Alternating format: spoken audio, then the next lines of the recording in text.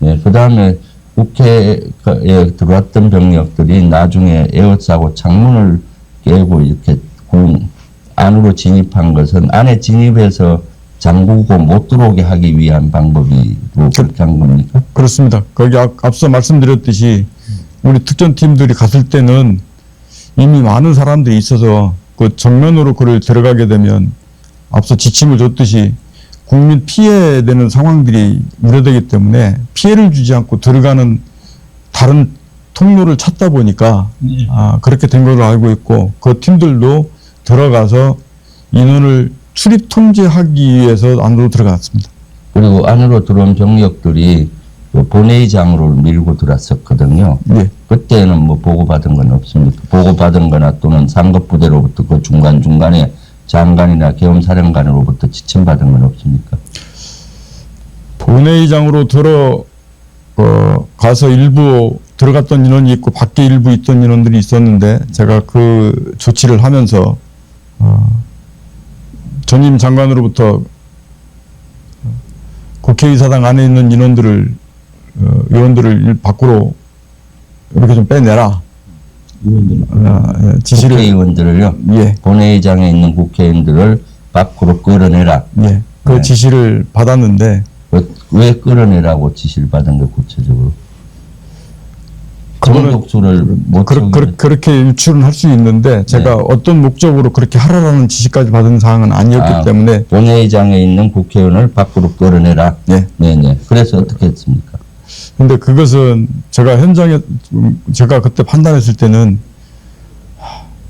이것은 명백히 국회의원을 끌어내면 위법사항이고 그 임무를 수행한 인원들은 당연히 나중에 법적인 책임을 지는 문제가 생기기 때문에 저한테 부여된 명령이라서 항명이 될지는 알았지만 그 임무를 시키지 않았습니다.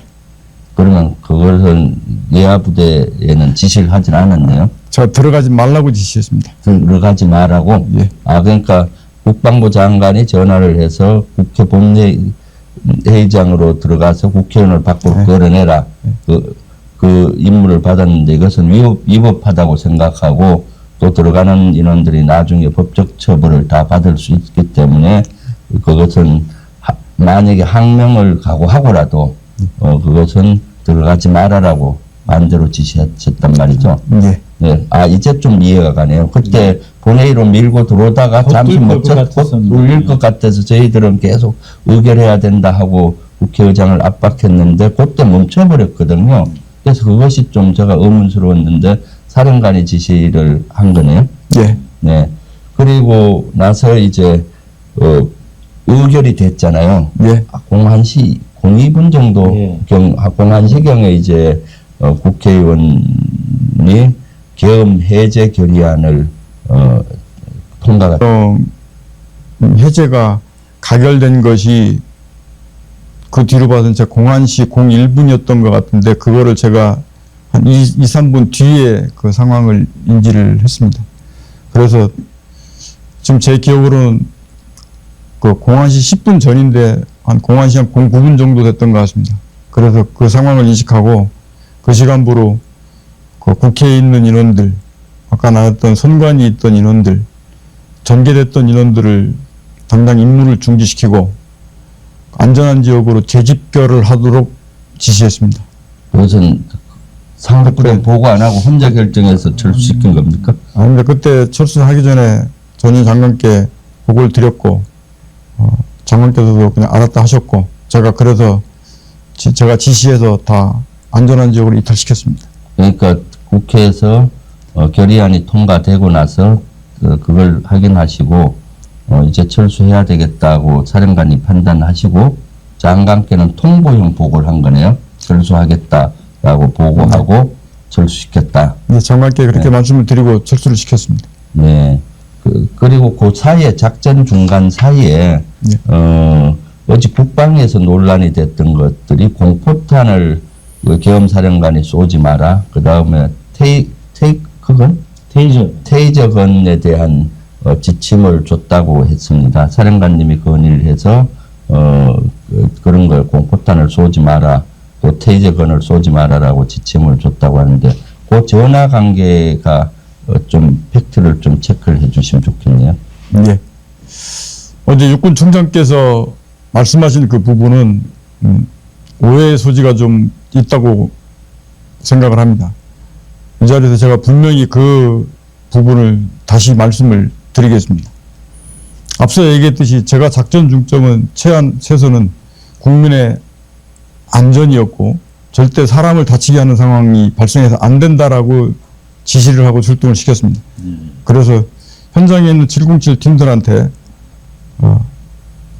공포탄이든 어떤 사격을 하지 마라 라고 지시를 해놓고 있는데 바로 옆에 법무실장이 아니고 계엄사령관께서 그 부분은 지침을 주셔야 되는 사항이기 때문에 사령관께서 결정하면 안 되고 계엄사령관께 확인을 하셔야 됩니다 라고 저한테 참모 조언을 했습니다. 네. 그래서 그 당시 계엄사령관께 제가 그것에 관한 사용에 관한 확인을 제가 그때 요청을 했던 것이고 그 위에 계엄사령관께서 쓰면 안 된다 라고 정확하게 그 말씀을 하셨고 그래서 저는 제가 최초 판단했던 대로 사용하지 말라고 했던 지시사항과 일치를 했기 때문에 그 지침을 그대로 이용해서 작전을 진행했습니다.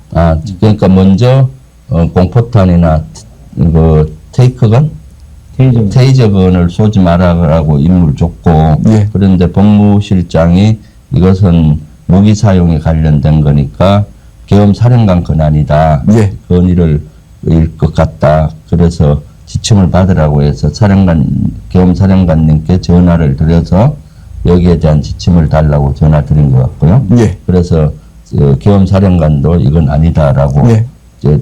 지침을 주셨고 예. 그래서 일치된 지침이라서 내려간 지침을 수정 안 하고 그대로 시행했다라는 거죠. 예, 그렇습니다. 잠깐만요. 내가 몇 가지 먼저 중요한 것 하시고 기회를 드릴게요. 그리고 이 지시는 주로 장관하고 계엄사령관이 있는데 장관과 계엄사령관도 주로 핸드폰으로 비아폰으로 주로 지시를 하고 보고를 했나요? 그렇습니다. 그럼 장관하고는 한 몇 회 정도 작전 전에서부터 끝날 때까지 했나요? 지금 그 횟수를 제가 다 기억하기 좀 곤란한데 네. 그 10차례 좀 있나 저는 어떻게 될 것 같습니다. 그 다음 계엄사령관하고는요? 계엄사령관하고도 10차례는 안 넘었는데 한 7, 8차례는 했던 것 같습니다. 그럼 주로 지침이나 이런 것들은 장관을 통해서 받은 걸로 지금 증언을 하고 계시는데 계엄사령관한테 주로 받았습니까? 장관한테 받았습니까? 주요 지침은?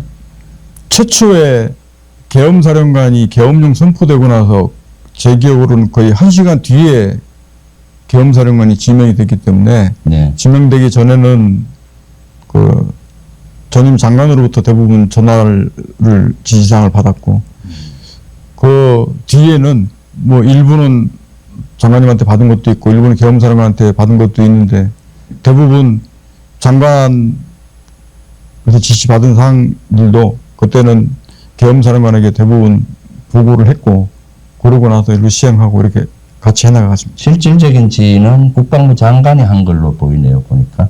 그리고 중요사항은 제가 봤을 땐 사령관이 계엄사령관은 보고하고 또 일부 지침도 받고. 예, 저는 제가 저 이해는 정확하게 그거를 저 이해까지는 제가 상황을 모르기 때문에 했는데 저는 대부분 그렇게 전화를 받고 지시하고 이렇게 임무를 수행했습니다. 윤석열 대통령으로부터 직접 지시를 받았든가 전화를 받았든가 또는 한 적은 없습니까? 707이 이동할 때 어디쯤 이동하고 있느냐라고 그때 한 번 받았던 기억이 있습니다. 그거 이상은 따로 없습니다. 대통령께서 직접 사령관님 전화로 비아폰으로 전화를 했습니까? 그랬던 걸로 기억합니다. 하고 그러면 707이 어디쯤 가고 있느냐? 예. 이동 상황을 확인하고 제가 지금 기억은 그 이동 상황만 물어보셨던 걸로 제가 지금 기억합니다. 이동 상황을 물어보고